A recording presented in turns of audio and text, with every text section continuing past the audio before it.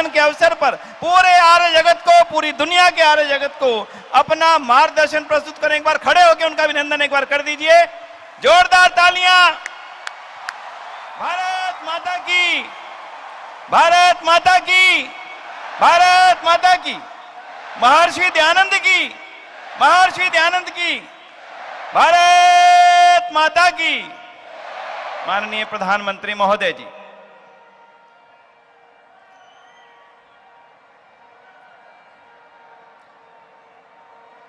कार्यक्रम में उपस्थित गुजरात के राज्यपाल श्रीमान आचार्य देवव्रत जी, सर्वदेशीय कार्य प्रतिनिधि सभा के अध्यक्ष श्री सुरेश चंद्र आर्य जी, दिल्ली आर्य प्रतिनिधि सभा के अध्यक्ष श्री धर्मपाल आर्य जी, श्री विनय आर्य जी, मंत्रिमंडल के मेरे साथी जी किशन रेड्डी जी, मीनाक्षी लेखी जी, अर्जुन राम मेघवाल जी, सभी प्रतिनिधिगण, उपस्थित भाई और बहनों, महर्षि दयानंद जी की 200वीं जन्म जयंती का यह अवसर ऐतिहासिक है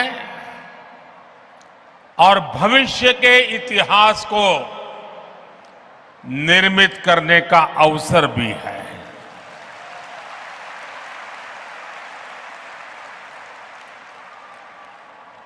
ये पूरे विश्व के लिए, मानवता के भविष्य के लिए प्रेरणा का पल है। स्वामी दयानंद जी और उनका आदर्श था कृण्वन्तो विश्वमार्यम,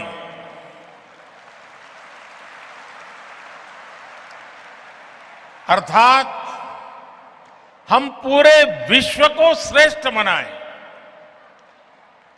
हम पूरे विश्व में श्रेष्ठ विचारों का, मानवीय आदर्शों का संचार करें। इसलिए 21वीं सदी में आज जब विश्व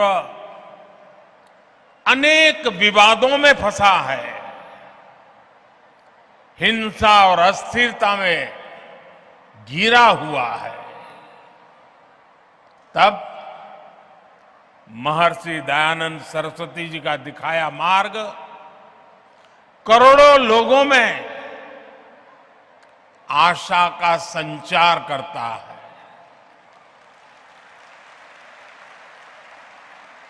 ऐसे महत्वपूर्ण दौर में आर्य समाज की तरफ से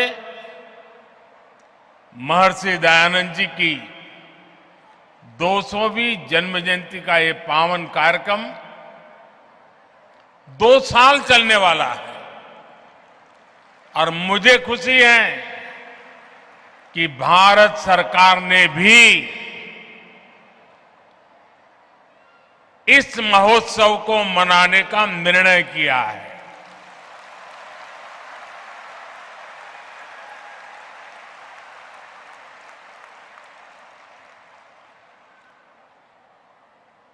मानवता के कल्याण के लिए ये जो अविरत साधना चली है, एक यज्ञ चला है। अब से कुछ देर पहले मुझे भी आहुति डालने का सौभाग्य मिला है।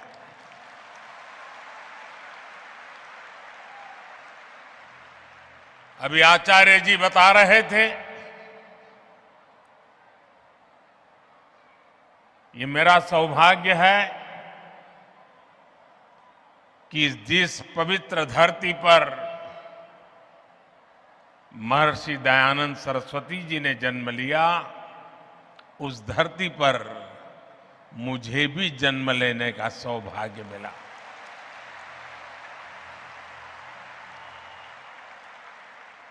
उस मिट्टी के से मिले संस्कार, उस मिट्टी से मिली प्रेरणा आज मुझे भी महर्षि दयानंद सरस्वती के आदर्शों के प्रति आकर्षित करती रहती है। मैं स्वामी दयानंद जी के चरणों में श्रद्धा पूर्वक नमन करता हूं और आप सभी को हृदय से अनेक अनेक शुभकामनाएं देता हूं। साथियों, जब महर्षि दयानंद जी का जन्म हुआ था तब देश सदियों की गुलामी से कमजोर पड़कर अपनी आभा, अपना तेज, अपना आत्मविश्वास सब कुछ खोता चला जा रहा था। प्रतिपल हमारे संस्कारों को, हमारे आदर्शों को, हमारे मूल्यों को चूर चूर करने की लाखों कोशिशें होती रहती थी। जब किसी समाज में गुलामी की हीन भावना घर कर जाती है तो आध्यात्म और आस्था की जगह आडंबर आना स्वाभाविक हो जाता है। मनुष्य के भी जीवन में देखते हैं, जो आत्मविश्वास हीन होता है वो आडंबर के भरोसे जीने की कोशिश करता है। ऐसी परिस्थिति में महर्षि दयानंद जी ने आगे आकर वेदों के बोध को समाज जीवन में पुनर्जीवित किया। उन्होंने समाज को दिशा दी, अपने तर्कों से यह सिद्ध किया और उन्होंने बार बार बताया कि खामी भारत के धर्म और परंपराओं में नहीं है, खामी है कि हम उनके वास्तविक स्वरूप को भूल गए हैं और विकृतियों से भर गए हैं। आप कल्पना करिए, एक ऐसे समय में जब हमारे ही वेदों के विदेशी भाषाओं को, विदेशी नैरेटिव को गढ़ने की कोशिश की जा रही थी, उन नकली व्याख्याओं के आधार पर हमें नीचा दिखाने की, हमारे इतिहास को, परंपरा को भ्रष्ट करने के अनेक विध प्रयास चलते थे। तब महर्षि दयानंद जी के ये प्रयास एक बहुत बड़ी संजीवनी के रूप में, एक जड़ी बूटी के रूप में समाज में एक नई प्राण शक्ति बन करके आ गए।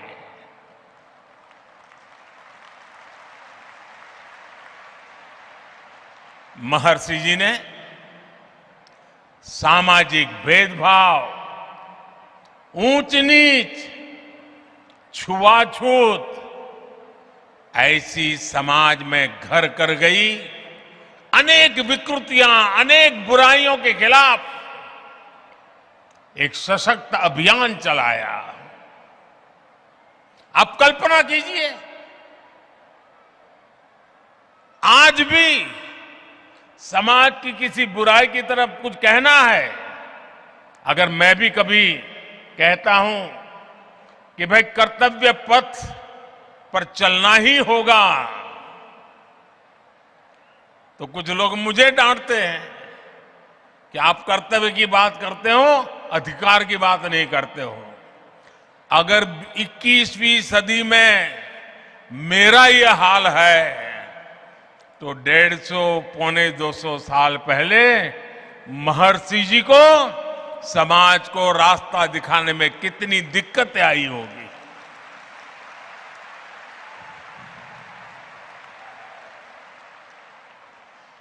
जिन बुराइयों का ठीकरा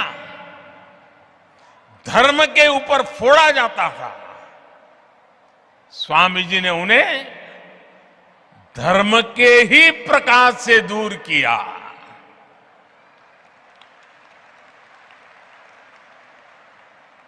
और महात्मा गांधी जी ने एक बहुत बड़ी बात बताई थी और बड़े गर्व के साथ बताई थी। महात्मा गांधी जी ने कहा था कि हमारे समाज को स्वामी दयानंद जी की बहुत सारी देन है, लेकिन उनमें अस्पृश्यता के विरुद्ध घोषणा सबसे बड़ी देन है। महिलाओं को लेकर भी समाज में जो रूढ़ियां पनप गई थी, महर्षि दयानंद जी उनके खिलाफ भी एक तार्किक और प्रभावी आवाज बनकर के उभरे। महर्षि जी ने महिलाओं के खिलाफ भेदभाव का खंडन किया, महिला शिक्षा का अभियान शुरू किया, और ये बातें 150 पौने 200 साल पहले की है। आज भी कई समाज ऐसे हैं जहां बेटियों को शिक्षा और सम्मान से वंचित रहने के लिए मजबूर करते हैं। स्वामी दयानंद जी ने ये बिगुल तब फूंका था जब पश्चिमी देशों में भी महिलाओं के लिए समान अधिकार दूर की बात थी। भाई और बहनों, उस कालखंड में स्वामी दयानंद सरस्वती जी का पदार्पण पूरे युग की चुनौतियों के सामने उनका उठ करके खड़े हो जाना यह असामान्य था, किसी भी रूप में वो सामान्य नहीं था। इसलिए राष्ट्र की यात्रा में उनकी जीवंत उपस्थिति आर्य समाज के 150 साल होते हो, महर्षि जी के 200 साल होते हो, और इतना बड़ा जनसागर सिर्फ यहां नहीं दुनिया भर में आज इस समारोह में जुड़ा हुआ है। इससे बड़ा जीवन की ऊंचाई क्या हो सकती है?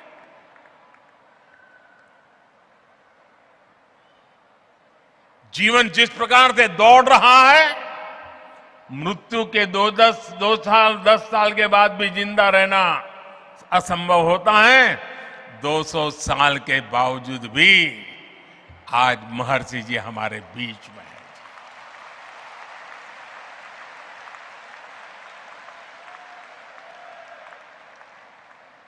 और इसीलिए आज जब भारत आजादी का अमृत काल मना रहा है, तो महर्षि दयानंद जी की 200वीं जन्म जयंती एक पुण्य प्रेरणा लेकर आई है। महर्षि जी ने जो मंत्र तप दिए थे, समाज के लिए जो सपने देखे थे, देश आज उन पर पूरे विश्वास के साथ आगे बढ़ रहा है। स्वामी जी ने तब आह्वान किया था, वेदों की ओर लौटे।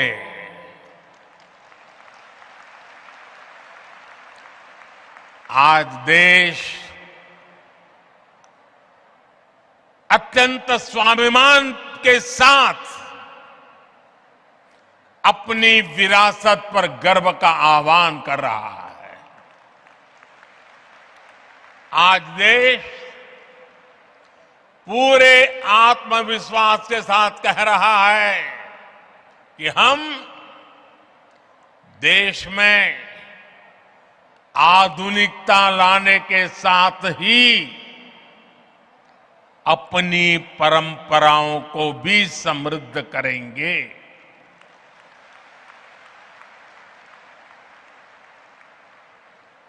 विरासत भी, विकास भी इसी पटरी पर देश नई ऊंचाइयों के लिए दौड़ पड़ा है। साथियों, आमतौर पर दुनिया में जब धर्म की बात होती है तो उसका दायरा केवल पूजा पाठ, आस्था और उपासना, उसकी रीत रस्म, उसकी पद्धतियां, उसी तक सीमित माना जाता है। लेकिन भारत के संदर्भ में धर्म के अर्थ और निहितार्थ एकदम अलग है।